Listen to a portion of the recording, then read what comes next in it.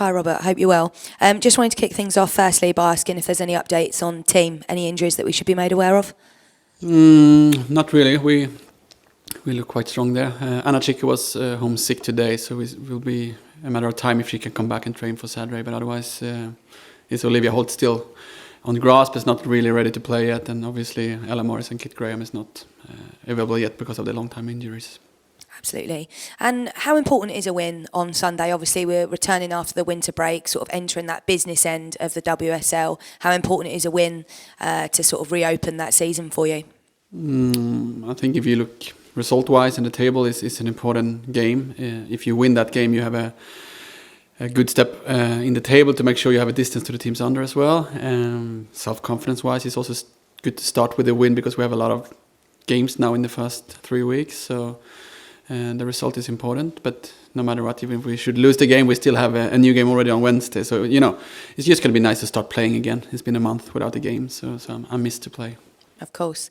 And Spurs have got a bit of a hectic time after this fixture on Sunday, West Ham, Palace, Everton. How much is preparing that at the moment really key for you and just bearing that in mind?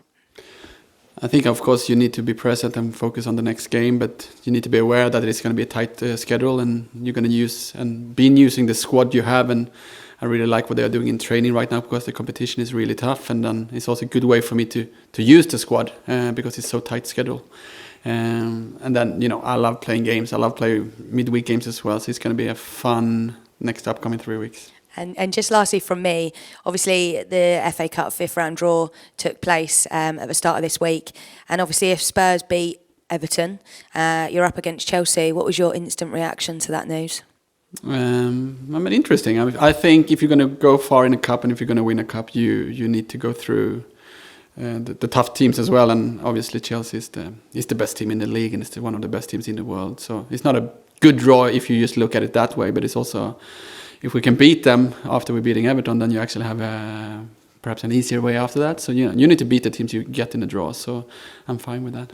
Definitely. Thanks very much. Best of luck on Sunday. Cheers. Thank you. We'll move to questions on the online feed. Coming first to John T. Coleman, BBC. Hi Robert, hope you're well.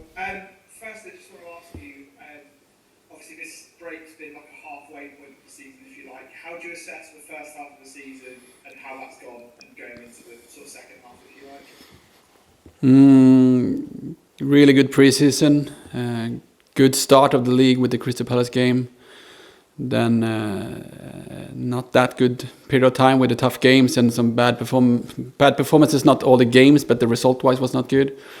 Then really strong character from the group and from everybody to come back and finish the last 4 games with 3 wins and a draw. Much better build-up, much better defense work. So it's not the perfect first start of the season, but we have gone through stuff that we will learn from, and I think we are ready for the next step with this squad and the staff now. How important was it for you to sign a goalkeeper this month? You've already done that in Lizzie Cobb. How much of a priority was that for you as a club in this window? I think we always look for areas where we can improve in different types of players and connecting that how we do. We obviously have considered a lot of goals, but I wouldn't say that it's because of the goalkeepers. It's because of the collectively how we have defended. But it's of course a really good goalkeeper that we have signed. She's really good in the box. She's really good with reactions, and she's actually really good with her feet as well. So her style of playing is very much similar to what we want to do, and she's in a good age profile as well because we can still develop her. But she's been on the radar for a long time, and I'm very happy that we could sign her now. You've made 2 signings already this month. Are you targeting any more additions between now and the end of the month? We're not really forcing anything, but it could be one more, but I shouldn't say more than one. And finally from me, as you mentioned a moment ago, you've perhaps conceded more goals than you would have liked to so far this season. Has that been quite a focus for you sort of in this break, looking at how you're trying to limit that going forward? Not really. I think we gave a lot of focus the last 4 games on the high press and how we wanted to make sure we defended better collectively and make sure they didn't get to the chances where they scored. And we nailed that quite well in those games. Obviously, we keep working on that, but the way we want to play is we can dictate the game, how we can control the games, how we can score more goals. So it's always more of that than defense work, but of course we train that as well. but it's mainly how we want to take the ball from them and not actually defend the box. So hopefully we're going to have a really good press game against Leicester on Sunday. Great, thank you very much. Cheers. We'll go to Kit. Hi Robert, nice to see you. I was wondering if I could just ask about some reports that have been out there this week about the prospect of one day the WSL becoming a closed league and therefore getting rid of relegation. But what's kind of your personal stance on that as a concept? Obviously relegation's such a key part of English football. What would be your view on the potential of getting rid of it? I mean, I think it's the same in Sweden. We always have relegation and promotion, and that's the part of the game. So even if you're not a top team, you still compete for something very important, and you feel the passion and the feelings in it. So I'm very used to that system. I think we need to grow the league and bring more teams to the league and make sure it gets stronger. So if that means that you need to add teams to give them an extra year or whatever, I mean, there's different ways to make sure you build a really strong league here in England. So, but I still think it's very important that you can compete both in the bottom region and the top regions as well. So, but we need to grow the league. We need to have more teams. We need to have more players that can be developed, professional. So I think it's quite important that we find a way to make sure it's sustainable. I don't want to see teams like Reading last season going down and then disappear, for example. So we need to find ways, and we don't need to copy the men's game all the time. We can actually find our own way to make sure we create this league, because female players in this country deserve to play in the highest league. So we need to have more teams to make sure we have room for that. But then we also need to make sure we take responsibility to make sure they are professional teams that can give the standards we need. So that's why you might need to use that system for a year or two. But we definitely need to develop the league. Yeah, and one possible route of expansion that's being explored this week is Celtic and Rangers coming in from Scotland into WSL. Just again, personally, do you have any stance on that as a possibility? I mean, if I only speak from my stand and how I look at it, I feel like, once again, if you copy the men's game, obviously you don't have any Scottish team in the Premier League, but you have teams from Wales, I think, for example, and that's the history there. But I don't think we need to copy that. I like, the clubs, Celtic and Glasgow Rangers, for example. They are very big clubs, according to me. I see the result in the Scottish League, and I see that they are struggling to have a consistent league. I see these really big numbers of wins all the time. So if you ask me, I would love to play Glasgow Rangers. I would love to play Celtic. I would love to have that kind of league. But I have enormous respect for England and Scotland. So I don't want to say that we should do this or that. But if you ask me, I would love to go up there and play games against these big clubs. Thank you very much. Cheers. Hey, let's go to Alex. Afternoon, Robert. You touched on it briefly, but I just want to mention Leeds to Clark. Of course, you signed her yesterday. I was kind of wondering, how does that affect Becky Spencer and Anna Hughes now? Of course, Hughes came for Spencer in December. Is Hughes now the backup, or is that probably back in Spencer's control? It's a good question, because we obviously have 3 really good goalkeepers, and the journey Eleanor has had since I came is brilliant. And I mean, I think Becky has been really good for us, and then she had a sick leave for a while before Christmas, and then Eleanor took the spot and played those games. Now we bring a national team goalkeeper with really strong attributes that we looked for, so it's going to be a really tough competition for the 3 of them, and obviously one will play. Sometimes we're going to have 2 on the bench, sometimes 1, and I think that time will tell who will be in which position of that, and then we're going to work with all 3 of them, because for me, I want to have 3 good goalkeepers, but I'm aware that it's 3 really good goalkeepers, but it's a decent problem to have. And of course, there's maybe the quite unique situation this weekend where Kopp is coming up against her former side, Leicester. I was just kind of wondering, did that affect the deal at all? Was it a case of you and the club wanting to bring in Kopp before you played Leicester, maybe for any tactical reasons? Not really. I think it's just a coincidence that we just played Leicester in that team, and like I said, we have followed and tried to get Lisa Kopp for a long time. So now when we finally got her, it was more like we were there now. So it was not just because of this game. It was a long time negotiation, to be honest. So and then you can look at it Do you think she want to play against her former team? I can promise you that she want to do that. Is she ready for that with 3 trainings with the team? Perhaps we're going to take the decision on Saturday, but she's here for the long time. She had a 3-year contract, and she's going to be really important to us. And I think she still have improvement to do, but she's already a national team goalkeeper playing for the Netherlands, and she's done some really good games last season in this league as well. So it's a brilliant signing from the club. Perfect. Thank you. Best of luck on Sunday. Cheers.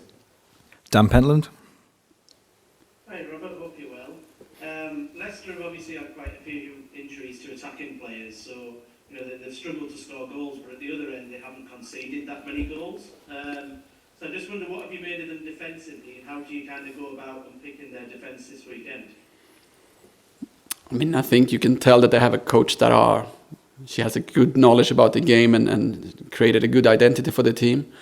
They had a great game against Chelsea in the end there as well, and had a draw, I think. And they're not bad in possession either, and they actually have some really good players, but they haven't really nailed the goal scoring. And like a player like Rantala was a really important player last season for them. So I see a team that's actually a good team. They are not like the obvious, they're a bottom team that cannot perform. They can hurt us and they can defend very well. But I also see ourselves taking steps now, so I really hope we can come to this game and show that we are a team that can dictate a game, that can create chances, but still can defend, because they still have some quality players in that starting 11 and in that squad. So it's going to be interesting. We haven't played for a month, so it's going to be interesting to see where we are and how we need to improve for the future. I don't know, as media we love to talk about the table. I know as the head coach you maybe don't look at the table as much, but in terms of progression this season, if you were to go and kind of push for 5th place, 1 place higher than last year, would that be kind of an acceptable kind of goal or an aim for the club? Yeah, I mean, we want to improve, so that's a really clear evidence that we have improved in the table. But on the other hand, you don't get anything from being 5th or 6th or 7th. So if you ask me in another way, I don't really care. It's actually more how we look, how we get better, how we perform better against the top teams, how we can win more games against the bottom teams. So when you ask me after the season, I think those are the questions I want to be answering. And if we are 5, 6 or 7 in the table, it's not going to bring so much happiness for me. It's more like it's quite clear that it's the top 4 team in this league that are normally winning games, and then it's quite clear there's a few teams in the middle and there's a few teams in the bottom. I just want to make sure we are getting closer to the top 4 teams and not getting closer to the bottom teams, and still play some really good football with their identity and developing the players and everything. So once again, few new players in, a new assistant coach in. I want to make sure we get better during this upcoming 5 months, and then when we go into next season, I want to make sure that we feel like, okay, now we are ready to try to close the gap, because we lost a little bit by actually having a squad last season that we couldn't keep, and then we need to restart a little bit, and a few injuries this season as well. So we need to know where we are and what we need to do, and not focus too much on the table, to be honest. That's brilliant. Thanks very much. Best of luck for the weekend. Thank you. Cheers. Chris. Hi Robert, I hope you're well. Just wondered how Liz Cox actually settled into the club, and I don't know whether you were going to give me this answer or not, but will she start on Sunday? She's been in for 2 days, right? So it's a really good character. She's a really funny person and easy to socialize with everyone.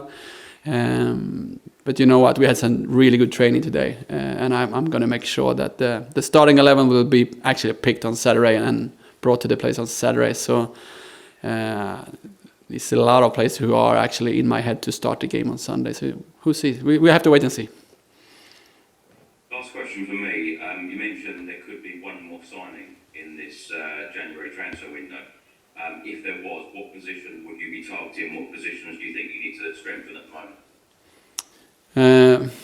It's a mixture of position, or if we can have a player who can cover different positions. But obviously Ella Morris has been injured for a while, and she's coming back. And obviously we need to look at if someone is actually going on a loan as well. So it's depending on that. So if you look at it the next upcoming weeks, you will probably know if one more player is leaving for loan or something like that, and then we might replace her, or if we just want to bring in a player that can actually help out in different positions where we are having a few injuries. But right now we are very happy with the squad we have. So it's not like we're not rushing for any player, but we are looking into options if this or that happens.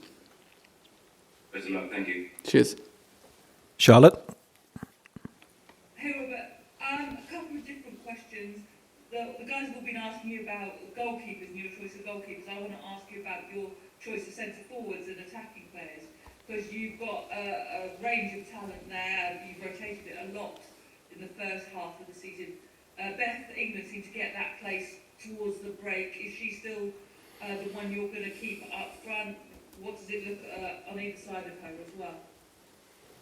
I mean, it's sometimes it's really clear who is the starting player and who's on the bench, right? But sometimes you have some different qualities, and sometimes you have the form as well. But Bethany's last month was brilliant, and she was one of the candidates for the player of the month. She scored goals. She was great in the link up. She was great in the press. So obviously she played a little bit more than Martha, and Martha was a little bit like a 10, and she played as well. But both of them are really high quality strikers, so they will compete for the 9, and sometimes they can play together as well. We have a lot of games, so I'm quite sure both of them will play quite many minutes in these games. The winger position, we have obviously Haley and Jess play most of the minutes, but Matilda Wienberg, I know her height when she's playing, and if she can reach that height, she have definitely a starting position chance. Lena is upcoming player as well. She's really taking steps and show that she can compete there. And that's why we sent Araya on loan, because we don't want to have an overload of players in those positions. We rather see her develop in Southampton to make sure that we can use her strength next season. So it's a good competition. It's a good feeling that we have that. So then it's more like who is actually best in training, who is the best in the games, who is using the minutes they get.